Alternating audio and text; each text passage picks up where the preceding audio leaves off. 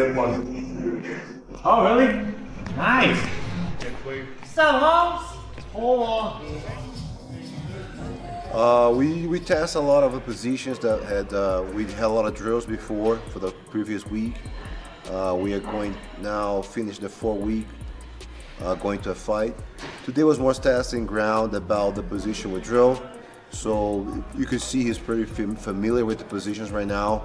So it's just more a flow, down week, revealing the things we worked for this fight. Next week we should be pushing a little bit harder, but everything's already in there. He's not guessing. There's no second guessing where he's at. So he understands the game plan, what we want for him on the ground. 5 on the medicine ball slam, and then 30 seconds on the high plank. Got 3 rounds here. 30 seconds, 5, and then 30 seconds. Got about a minute rest after that high plank. All right, round 1, ready? And go. Time.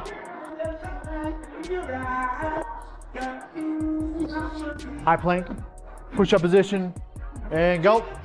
Yeah, I think obviously Justin being at the level he's at, you know, the stakes are higher, but you know, you would never sense that being around him, being around the team. You know, the team is super relaxed, and I think they understand the stakes, but they also understand that this is something that we all love, and so to be around that kind of, you know, makes it a little bit easier and just makes you enjoy it, really, honestly. So it's exciting to be at that level, but to also understand that this is fun at the end of the day. Obviously, being at the White House is huge for him, and so I think being a part of the team, it's ultimately about just doing what we can to get him there and to, you know, to accomplish this goal of his, you know, to become a UFC champ and fight in front of his country. So. Yeah. All right, 2, 1, and go. Let's get it. Come on.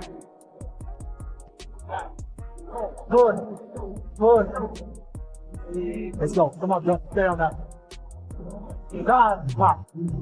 Jump there. Let's go. Come on. Pull. 1, and let's get it. Come on. Sprint act. Let's go. Sprint act. Let's go. Take nothing. Let's go. All out. Come on. 3 seconds.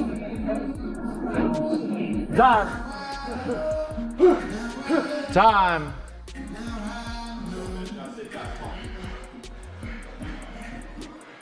Anticipation for the colossal showdown between Justin Gaethje and Ilia Topuria is reaching a fever pitch as the lightweight brawler locks into a grueling preparation phase. Social media timelines are flooded with intense gym footage, bold declarations, and passionate debates, analyzing who holds the true advantage ahead of their massive clash at the upcoming White House event. Melding his trademark reputation for absolute cage violence against an opponent, carrying an undeniable wave of momentum, this collision course guarantees an explosive atmosphere. Once the cage door locks, both warriors will undoubtedly be forced into the deepest waters of their physical and mental endurance. In your eyes, how do you see yourself winning this fight? I have to put him to sleep. One of us is going to get knocked out, I promise you that. Missiles will be thrown on the White House lawn on June. Wrestling specialist Ben Charrington has emphasized that their current curriculum heavily prioritizes grueling clinch exchanges and complex grappling sequences anticipated for the upcoming war. The coaching staff is meticulously dissecting footage of the undefeated featherweight champion's previous octagon appearances to reverse engineer his favorite ground positions. By bringing elite submission artists into the room to test his defensive boundaries, they are forging a much tighter, more resilient version of the veteran contender. According to Charrington, this targeted approach is paying massive dividends, with the fighter exhibiting noticeable leaps in mat composure and self-assurance during every single session. 5 minutes, non-stop movement.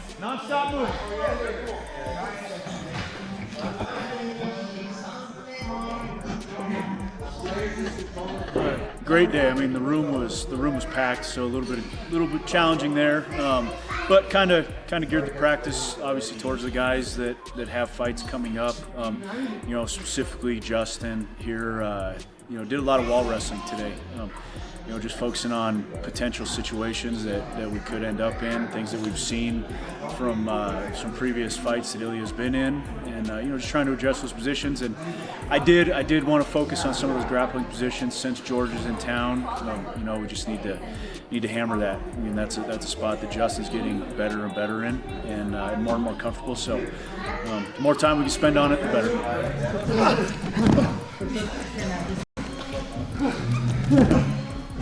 Beyond the martial arts techniques, the team is applying microscopic attention to his overall physical conditioning and absolute mass management during this strenuous camp. The culinary expert managing his nutrition disclosed that dietary macros are constantly shifting in direct response to his athletic output on any given week. This fluid caloric strategy guarantees the challenger remains within a striking distance of the limit while preserving maximal energy reserves. Ultimately, the objective is maintaining his trademark knockout power and cardiovascular endurance without suffering through a catastrophic dehydration process just days before stepping across from his undefeated foe. Yeah, it really depends on his weight. So right now we're trying to get him to eat more, so putting in more food. And so if he stays at a particular weight, then we keep it the same. If he goes below, then we up it. If he goes above, then we start pulling some things. So it literally depends on day-to-day, week per week. So around this time when we're a month out, he needs to kind of be at 175. He should not go above that, and it's really not good if he goes below that. So that's where we try and keep him. So that's the weight I try and gauge at as to what to feed him.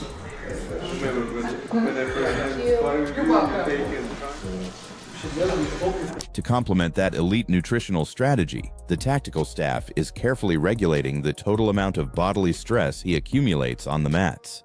Mastermind trainer Trevor Whitman revealed they strategically implemented an active rest period right before plunging into the most punishing phase of their pre-fight timeline. This calculated breather allows the veteran's battered frame to heal from lingering competitive wear and tear while still sharpening his mat awareness alongside top-tier sparring partners.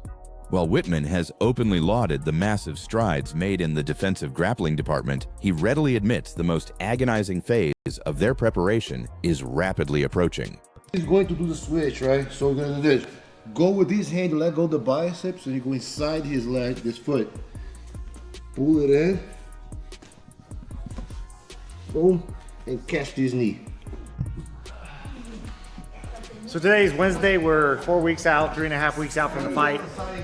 This is our down week before we really push hard on the third and the second week. And the reason for the down weeks is to take a little bit of shock off. So a lot less of power shots on mitts and bags, just to let his body recover before we go really hard. So we got George back out here, and man, we have a ton of grappling we're doing this week. So it's just been so fun, and just seeing the flow in Justin's grappling is just great. Like his consistency in his grappling has just stepped it up, and man, it's fun to watch all this stuff. But yeah, these down weeks are so important.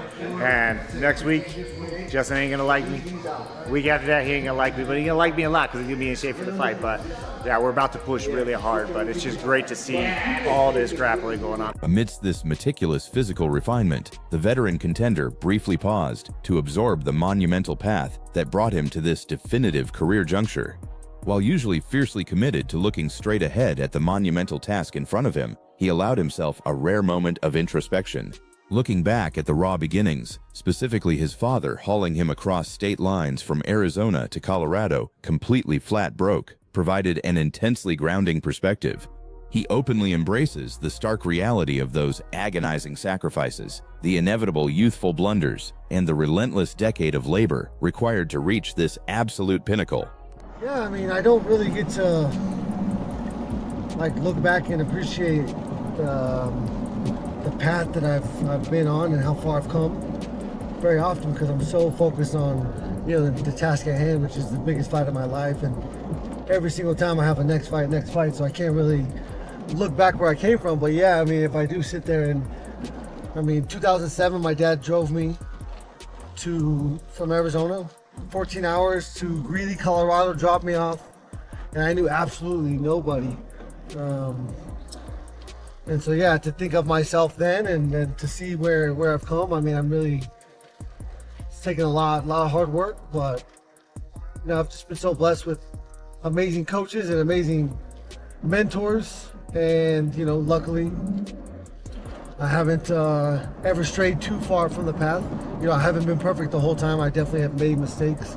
I think like all of us will, but I think I always knew that something bigger and better was out there. Digging deeper into the emotional weight of this moment, the lightweight star emphasized that this exact scenario embodies the ultimate childhood fantasy he chased through endless wrestling brackets. While capturing gold and personal glory motivates any professional combatant, securing this victory signifies something vastly more profound than individual stardom. It serves as the ultimate validation for the village that built him, acknowledging the loyal family members, dedicated mentors, and training partners who backed his vision long before the mainstream spotlight arrived. Every agonizing setback and harsh lesson absorbed along the journey culminates right here, making the entire turbulent ride incredibly validating for his inner circle. And to have an opportunity like this to do something so legendary is special. It's definitely everything that 18-year-old kid would have asked for, when it comes to opportunities to do something great. Obviously it's a little bit narcissistic to want to do and be something great for yourself. But I do understand, what it does for my family and my coaches and all my friends and all the people that I've wrestled in. I wrestled thousands of matches when I was a kid through college, and so, a lot of those people may have remembered wrestling me, and so for them to see and, for so many people to see me come this far, it feels great. Despite already sharing the octagon with absolute legends of the sport, the veteran acknowledges this specific collision carries an entirely unique aura. The allure stems from facing an unblemished pound-for-pound kingpin who has already vanquished several rivals that previously handed the American his own devastating losses. Rather than shying away, this is the exact breed of seemingly impossible challenge he has aggressively hunted since strapping on gloves. Having already tested his mettle against all-time greats like Khabib Nurmagomedov and Charles Oliveira, dismantling the current undefeated sensation represents the perfect avenue to etch his legacy into stone forever. Justin, you have been in big fights all your life and you fought on some of the biggest stages, but this event is unique. Does it feel different? Does it feel bigger than what you experienced before? The opponent feels bigger, obviously. He's only 5'7". Well, he feels smaller, but no, he's 17-0. He's beat two guys that I've lost to, and he is number 2 on the pound for pound list.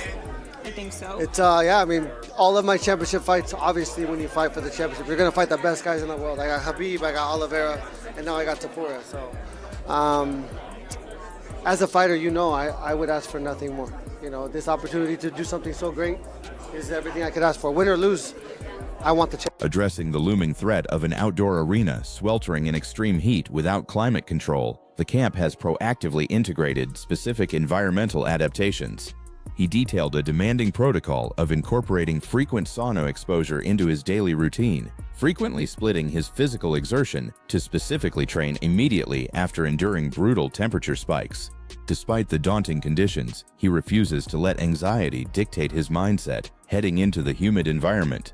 He maintains a remarkably stoic perspective on the climate factor, correctly noting that both men locked inside that cage will suffer through the exact same atmospheric adversity on fight night.